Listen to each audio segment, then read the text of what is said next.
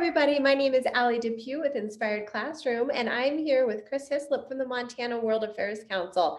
And we have been learning a ton about the countries in focus that the Montana World Affairs Council has shared with us for this year, and that's Sudan, Brazil, Ireland, and China. And wow, we've had some really interesting developments in Sudan over the last week. And Chris, I was wondering if you could talk to us a little bit about those.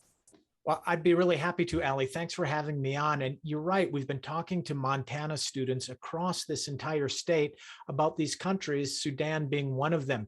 And so now there's some big news in Sudan. Yesterday, there was a coup in Sudan, or a coup d'etat. And so let me tell you a little bit about what's going on there and what this means. First of all, for all the students out there, a coup is the forceful change of a government, or coup d'etat, which is a French term meaning a taking over of the state or the government. So what has happened in Sudan recently, if I turn the clock back to 2019, there was another coup d'etat, if you can believe that. In 2019, a group of military officers and some civilian politicians got together and they had a coup against the president at that time, Omar al-Bashir. Mr. Bashir had been president for over 30 years in Sudan. And so it seems like the military and civilian leadership had grown tired of his rule, and they overthrew him and they have put him into jail.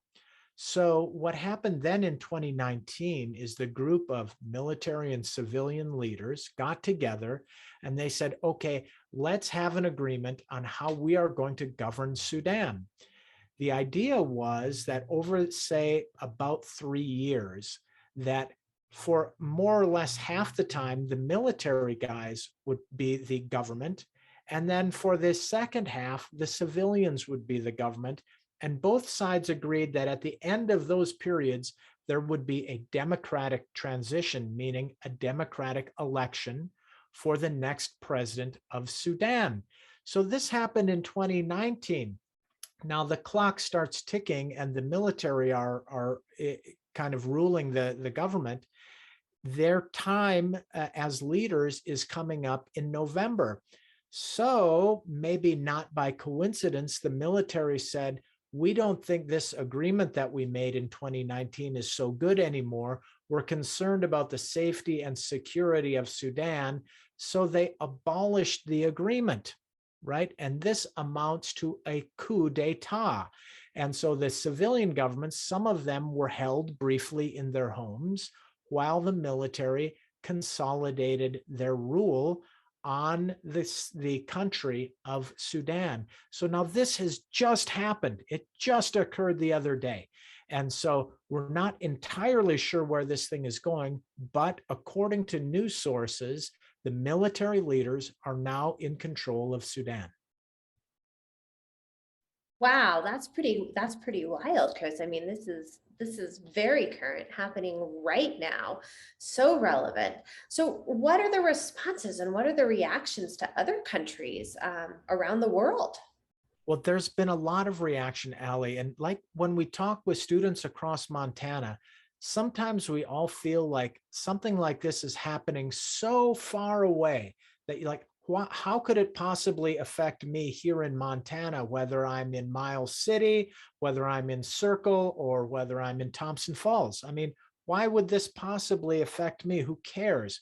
Well, it's very interesting to point out that this coup d'etat has created a big response around the world because there had been a great hope by the United States, by the European Union, and by countries in North Africa and the Middle East that the 30-year rule of Omar al-Bashir, which was punctuated by a lot of bad things, would finally come to an end, and that there would be a proper democratic government put into place in Sudan. So these countries invested a lot in Sudan in the last couple of years to try to make that happen. Now, when it doesn't happen and when the military kind of take over, of course, there's going to be a response or a reaction. So here in the United States, President Biden has come out against this coup, and he has sent somebody called a regional envoy. So the United States has diplomats in and around the region that when something happens, they can send them there to try to resolve the problem. That's Jeffrey Feltman. Mr. Feltman is in Khartoum discussing with the parties, trying to help them come to some useful resolution. The other big players include the European Union. So the European Union has also invested very heavily in Sudan in hopes that it would make a democratic transition. So when this happens, everybody gets quite nervous. Now, all of the support that has been flowing into Sudan since 2019, now the United States, for example, has put on hold an aid package worth $700 million to the Sudanese government. That's a lot of money. That's a lot of support that suddenly is stopped out of concern for this coup and what might happen. Like, is it going to go back to the old days? Is this just a temporary thing? Might we look forward to a democratic transition in the future? Nobody knows right now. Wow, Chris, thank you so much. That's a lot of information to take in, and that's helpful. It's helpful to hear it explained, and so we can understand a little bit more about how this impacts me and the world around me and how it impacts the people of Sudan. So Well, thank yeah, I you. mean, Allie, can I just say too on that one, on the impact, like I said, sometimes things that happen in the world can feel like they're a billion miles away, like it's happening on the moon, right? But we should all keep in mind that things like this do have an impact. I'll just tell you, for example, Sudan, there's a couple things that are going on there. One is Sudan is host to a lot of refugees from the region, from their neighboring countries like Ethiopia and Eritrea. So suddenly those people who are refugees inside Sudan may not be so safe and secure and have to move again. The same could be true if this gets worse in Sudan, where Sudanese people become refugees out of their country.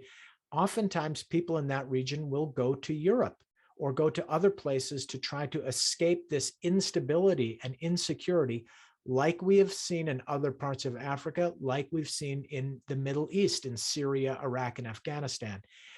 Those things affect us because those refugees also come to the United States. And what happens in the EU also affects how we deal with the EU. And that's just to let everybody know that while it might be happening thousands of miles away, we can already begin to feel the impact here in Montana.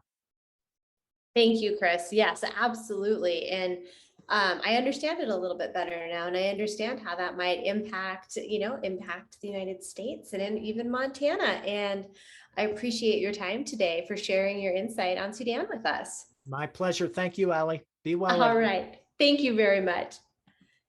And